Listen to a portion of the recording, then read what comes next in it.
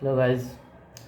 तो आज मैं डिस्कस करने वाला हूँ 1 से 4 साल एक्सपीरियंस के लिए ये यूज़फुल है। जो भी इंटरव्यू देना चाहता है, स्टार्ट करना चाहता है, उनको बहुत से डाउट रहता है, कैसे पूछते हैं, क्या पूछते हैं, क्योंकि वो एज अ फ्रेशर ज्वाइन करता है। अगर वो है 2 साल 3 साल काम करने के बाद वो स्विच करना चाहता है तो डाउट रहता है कि क्या पूछते होंगे, कैसे पूछते होंगे, क्या होता होगा। अगर आप जावा डेवलपर हो और स्विच करना चाहते हो तो बेसिक क्वेश्चन कुछ कुछ है जो मैंने फेस किया हुआ है। एटलीस्ट ये जावा क्वेश्चन जो मैं बता रहा हूँ, अगर तुमने 15 कंपनी में दिया हुआ है तो 12 कंपनी में 75% वो पूछेंगे ही पूछेंगे। इससे ज़्यादा वो पूछते ही नहीं। बहुत डीप में कोई जाता है तो वही पूछता है कि जैसे कि पहला क्वेश्चन तुम स्टार्ट कर सकते हो कि जावा में जेवीएम क्या है, जेआरई क्या है, जेडीके क्या है, ये कनेक्टेड कैसे हैं, ये जैसे कि जावा प्लेटफॉर्म इंडिपेंडेंट कैसे होती है। जैसे हम एग्जीक्यूट किए, बाइट कोड हुआ, बाइट कोड ही किसी भी मशीन पे एग्जीक्यूट कर सकते हैं। बाइट कोड की वजह से ही हमारा जावा इंडिपेंडेंट बनता है। तो उसके बारे में मैं बाद में डिटेल में वीडियो बनाऊंगा। हाँ। तो पहला क्वेश्चन आपको पढ़ लेना चाहिए कि जेडीके, जेआरई, जेवीएम क्या है, कैसे काम करता है। और 95 में जावा आई थी, ये हो गया। और उसके बाद बहुत ही इम्पोर्टेंट टॉपिक होती है ऑब्जेक्ट क्लास। ऑब्जेक्ट क्लास में 11 मेथड होते हैं। उसके अंदर टू स्ट्रिंग हो गया, to string, hash code, equal, ये तीन जो है बहुत इंपॉर्टेंट मेथड होते हैं। जो कि अगर तुमको ये तीन अच्छे आ रहे हैं और इंटरव्यू हर जगह तुमको ये यूज़ होगा। Dot equal, hash code. जैसे कि जो दो ऑब्जेक्ट हम प्रिंट कर रहे हैं, हमको पता है कि हमको पता करना है कि ये सेम ऑब्जेक्ट है या नहीं, तो हैश कोड से हम पता कर लेते हैं। और भी बहुत सारे डॉट इक्वल, जैसे dot equal, double equal use होता है तुम्हारा स्ट्रिंग के अंदर, बहुत इंपॉर्टेंट है। उस पर भी इंटरव्यूअर खेलता ही खेलता है। तो ऑब्जेक्ट क्लास आपको अच्छे से आना चाहिए, एटलीस्ट 11 मेथड आना चाहिए। और टू स्ट्रिंग क्या क्यों यूज़ करते हैं, हैश कोड क्यों यूज़ करते हैं, डॉट इक्वल तो इफ़ यू जावा डेवलपर, तो डॉट इक्वल तो एवरीवेयर वी यूज़। हाँ, हर 10 लाइन का कोड लिखते हैं तो हम इक्वल इफ़ कंडीशन यूज़ करते हैं तो डॉट इक्वल यूज़ ही करते हैं। हाँ, तो यूज़ होना ही होना है। उसके बाद मेन टॉपिक आता है स्ट्रिंग। स्ट्रिंग पे मैनिपुलेशन पूछ लेते हैं कि जैसे कि कैरेक्टर दिया हुआ है, स्पेशल कैरेक्टर को रिमूव करो, या कोई स्ट्रिंग दे दिया उसको रिवर्स करो, पैलिंड्रोम चेक करो। ये सब भी अगर आपसे 1 से 4 साल एक्सपीरियंस है ये पूछते हैं। पूछते हैं क्या, वो कोड लिखने को दे देते हैं, शेयर करो अपना स्क्रीन और कोड लिखो, इसका लॉजिक क्या होगा। तो स्ट्रिंग मैनिपुलेशन बहुत इंपॉर्टेंट है। डॉट इक्वल और डबल इक्वल, ये बहुत इंपॉर्टेंट है। ये दोनों अच्छे से पढ़ो, क्योंकि dot equal double equal true false जो देता है, या जब हम प्रिंट कराते हैं कंकैटिनेट स्ट्रिंग करके, और जब हम कंटेंट को कंपेयर करते हैं, तो ये जो चीज़ बहुत इंपॉर्टेंट होती है स्ट्रिंग के अंदर। अगर हम स्ट्रिंग के अंदर जाते हैं तो, और स्ट्रिंग पूछेगा ही पूछेगा। और स्ट्रिंग से रिलेटेड स्ट्रिंग बफर और स्ट्रिंग बिल्डर में पूछ लेता है कॉन्सेप्ट कब यूज़ होता है, क्योंकि सिंक्रोनाइजेशन का डिफरेंस होता है। तो ये दो चीज़ें बहुत इंपॉर्टेंट है स्ट्रिंग के अंदर। और स्ट्रिंग का मैनिपुलेशन बहुत इंपॉर्टेंट है। उसके स्ट्रिंग के जो इनबिल्ट मेथड है, ट्रिम हो गया, डॉट इक्वल, सेपरेट, कंटेंट्स, ये सब बहुत इंपॉर्टेंट मेथड है। तो जब आप स्ट्रिंग पे जब आप कोई भी मैनिपुलेशन करोगे, कोड करोगे, तभी पता चलेगा कि हाँ इसके अंदर ये चीज़ इसलिए यूज़ होती है, इसलिए यूज़ होती है।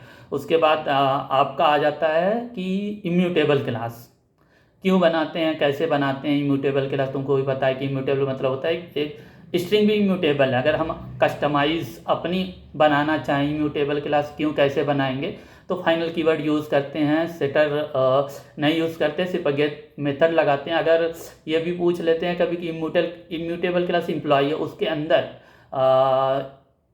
कोई भी स्टूडेंट है, उसका नाम, फर्स्ट नेम, सेकंड नेम, तो ये थोड़ा सा ट्रिकी पार्ट हो जाता है कि इसको एसोसिएशन बोलते हैं। इसको कैसे हम मेंटेन रखेंगे इम्यूटेबिलिटी के लिए, इसको भी मैं बाद में बताऊंगा, अच्छे से कोड करके दिखाऊंगा। अभी बस ये ओवरव्यू मैं दे रहा हूँ कि क्या क्या इंपॉर्टेंट टॉपिक है जो 75% चांसेस हैं इंटरव्यू पूछता ही पूछता है इन सब चीज़ों को।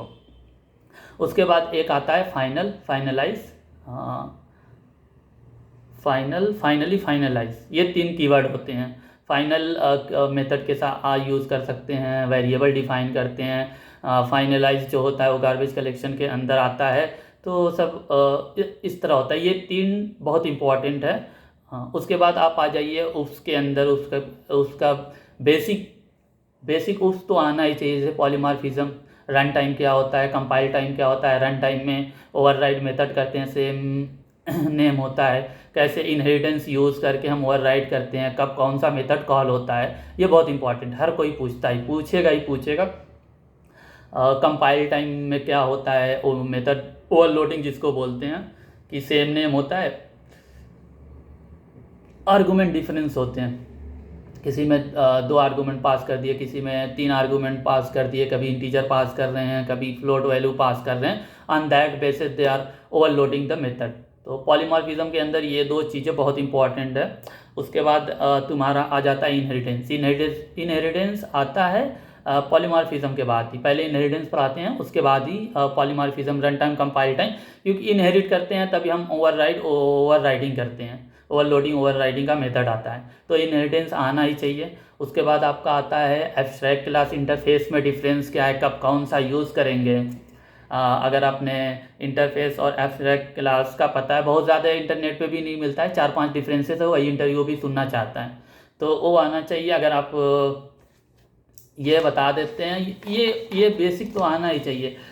तो 1.8 के ऊपर वो आता है। फिर 1.8 में फंक्शनल इंटरफेस क्या होता है, यहाँ पे हम मल्टीपल मेथड की बॉडी दे सकते हैं, तो जो कॉन्फ्लिक्ट एम्बिग्यूटी आती है उसको कैसे रिमूव करते हैं, ये बहुत इंपॉर्टेंट चीज़ हो जाती है 1.8 के अंदर।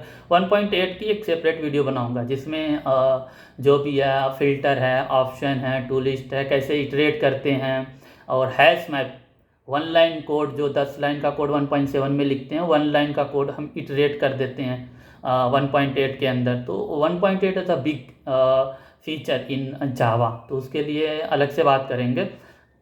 अभी मैं उसके बाद कलेक्शन के अंदर आते हैं कि हैश सेट कैसे काम करता है, ये क्यों आया, डिफरेंसेस क्या है, फिर तुम्हारा मैप के अंदर क्या क्या आता है, और array list, link list differences क्या है, कब कौन सा यूज़ करते हैं, इटरेशन के टाइम में कि इंसर्शन के टाइम में, डिलीशन के टाइम में, किसका क्या time complexity very important for this array list and link list के अंदर। हैश मैप कैसे यूज़ करते हैं, हैश मैप की इंटरनल वर्किंग, ये तो 95% क्वेश्चन पूछते हैं, हैश मैप कैसे इंटरनल वर्क करता है। अब इंटरनल हैश मैप की वर्किंग जब पढ़ेंगे डिटेल में, तो उसके अंदर आपको पता चलेगा हैश कोड की वैल्यू, हैश कोड का क्या, हैश कोड जो मेथड ऑब्जेक्ट क्लास के अंदर मिलता है उसकी क्या वैल्यू है, और डॉट इक्वल की वैल्यू क्या है, टू स्ट्रिंग की क्या वैल्यू है।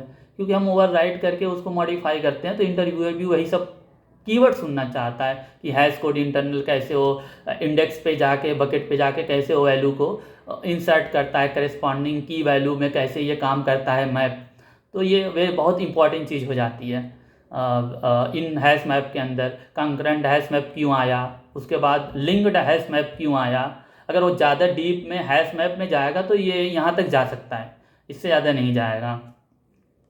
उसके बाद थ्रेड में आ जाते हैं कि थ्रेड को हम एक्सटेंड करके बनाते हैं इंटरफेस को, और रनेबल इंटरफेस को इम्प्लीमेंट करके बनाते हैं। तो अगर थ्रेड के अंदर वो जा रहा है तो थ्रेड तो बहुत बड़ा है, is a big thing, but thread के अंदर बेसिक तो पूछ ही लेता है कि ये थ्रेड क्या होता है और क्यों यूज़ करते हैं, थ्रेड और रनेबल इंटरफेस में क्या डिफरेंस है, कब थ्रेड यूज़ करेंगे, कब रनेबल यूज़ करेंगे। रनेबल यूज़ इस करते हैं तो हम, यही एक एडवांटेज है कि हम एक और क्लास को एक्सटेंड कर सकते हैं ओवर अ थ्रेड में, थ्रेड क्लास।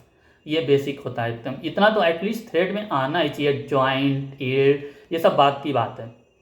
म्यूटेबल और उसको कैसे सिंक्रोनाइजेशन, ये सब तो जब डिटेल में पढ़ेंगे तब इसके बारे में डिस्कस करेंगे। उसके बाद सिंगलटन क्लास पूछता है। सिंगलटन क्लास कहते होता है स्टैटिक ऑब्जेक्ट के कैसे, उसके अंदर हम पास करके चेक करते हैं कि ऑब्जेक्ट इसका है कि क्रिएटेड की नहीं है। तो ये बेसिक चीज़ होती है जावा के लिए। और भी बहुत सी चीज़ें हैं, ये तो अभी हाँ, और एक्सेप्शन एक्सेप्शन अच्छे से पढ़ना चाहिए। Exception, checked exception, unchecked exception, और उसके अंदर क्या क्या होता है, जैसे array out of bound exception आ जाता है। तो ये सब चीज़ें बहुत इंपॉर्टेंट। नल पॉइंटर एक्सेप्शन तो जब तुम कोड करोगे तो मिलेगा ही मिलेगा। कुछ चीज़ें जो होती है वो कोड करते करते समझ में आती है, थ्योरी हम पढ़ लेते हैं, बाद में समझ में आता है अच्छा इसलिए ये चीज़ यूज़ हो रही थी, ये लिख के आ रहा था, नल पॉइंटर एक्सेप्शन यहाँ पे आ रहा है। और जब कोड करते हैं हम लोग तो उसको गूगल करते हैं। जावा 1995 में बनी है तो सारे के सारे आंसर मिल जाएंगे, बट तुमको गूगल करना आना चाहिए, कैसे गूगल करके चीज़ों को हम रिजॉल्व करते हैं। ट्राई, हिट एंड ट्रायल बहुत इंपॉर्टेंट है जावा में। तो बहुत सी चीज़ें हम नहीं समझ पाते हैं, फिर हम पूछते हैं तो सीनियर से भी बहुत सी चीज़ें लर्न करने को मिलती है। टीम लीड हो गए, जो भी कलीग होता है, कभी कभी हिट नहीं करती है वो चीज़ें, किसी को देखा हो कोड तुरंत वो हिट करके बता देता है। तो ये था बेसिक। अभी इसके अंदर और भी बहुत कुछ है बताने के लिए, बाद में बताऊंगा। इस just overview section you can say that कि 80% क्वेश्चन इसमें से, ये 80% आएगा ही आएगा, चाहे जो भी इंटरव्यू दो आप जावा के लिए। 1 से 4 साल एक्सपीरियंस आप हैं तो। Thank you.